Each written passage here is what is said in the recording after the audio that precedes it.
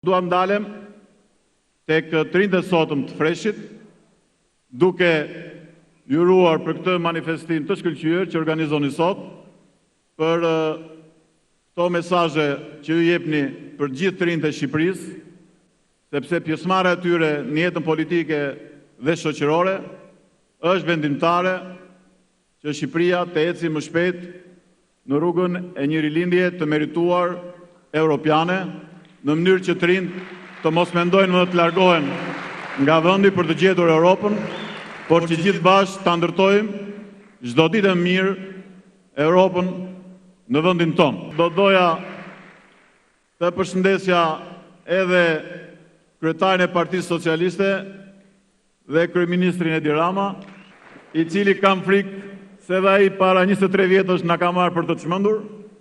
Në atë kohë kur këta krijuan freshin, mu duken si të çmendur, po është faqe vërtet që në atë kohë edhe këta edhe ata më merrnin për të çmendur. E rëndësishme është që më të çmendurit e gjetën njëri tjetrin më në fund, edhe Shqipëria filloi të ndroi faqen e vet, duke shpëtuar nga të çmendurit e vërtet, jo nga ne. Në qershor ne do të kemi zgjedhje vendore.